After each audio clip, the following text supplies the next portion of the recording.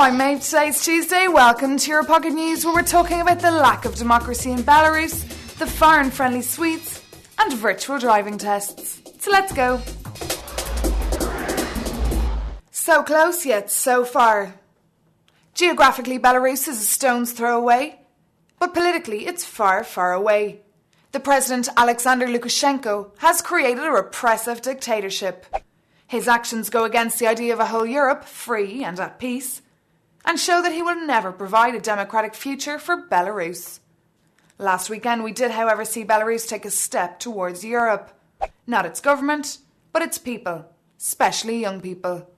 A European march took place on Sunday, where some demonstrators even adorned themselves with the EU flag. Encouraged by the opposition leader, Alexander Milinkovic, they publicly asked their president to bring their country closer to Europe. Both Brussels and Washington, who have sanctions imposed on Lukashenko, were glad the march took place. Lukashenko, a former farm manager, came to power back in 1994 by winning a landslide election victory. Maybe he should have stuck to milking the cows. More immigrants have arrived in the Canary Islands after a life-threatening sea journey in an insufficient boat. This type of headline constantly catches my attention on Spanish radio because it's so frequent. According to Spain's National Statistics Bureau, the immigrant population has increased from 500,000 in 1996 to 4.48 million in 2006. With that in mind, the Spanish government will spend an extra €321 million in immigration next year and push for a common integration policy for the 25 million immigrants who currently live in Europe legally. This policy will take its time on coming round, as EU member states still all have very different ways of welcoming foreign workers. A study released this week by the Migration Integration Policy Index shows that Sweden has done the most so far to welcome migrants, and Latvia the least. The research examined immigrants' rights in the workplace, their opportunities for permanent settlement, permission for family to join them, and various laws to combat racism. Seemingly, Sweden is the only EU country that gives all proper rights to foreign workers and gives them the choice of long-term stays. It's what Manu Chao was always saying. It's not the consuming of drugs that's the problem, but rather its trafficking. Well, this concept was backed up by one of Britain's most senior police officers last weekend.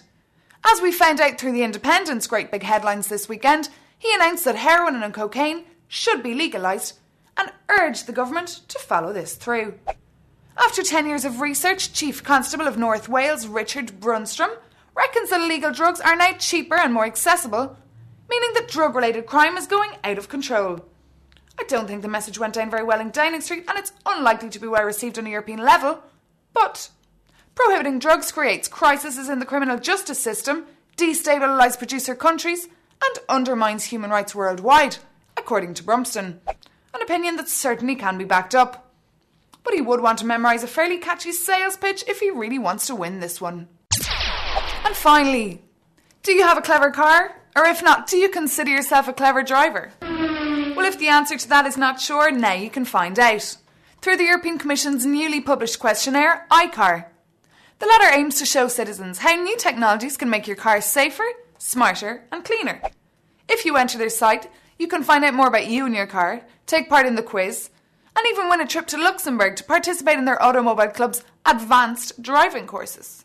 You have till the 16th of January to do so, and that's only if you have your driving licence for at least 1 year. Well, that's all for today, Tuesday. Have a good evening, and I'll see you again tomorrow in Euro Pocket News. Bye!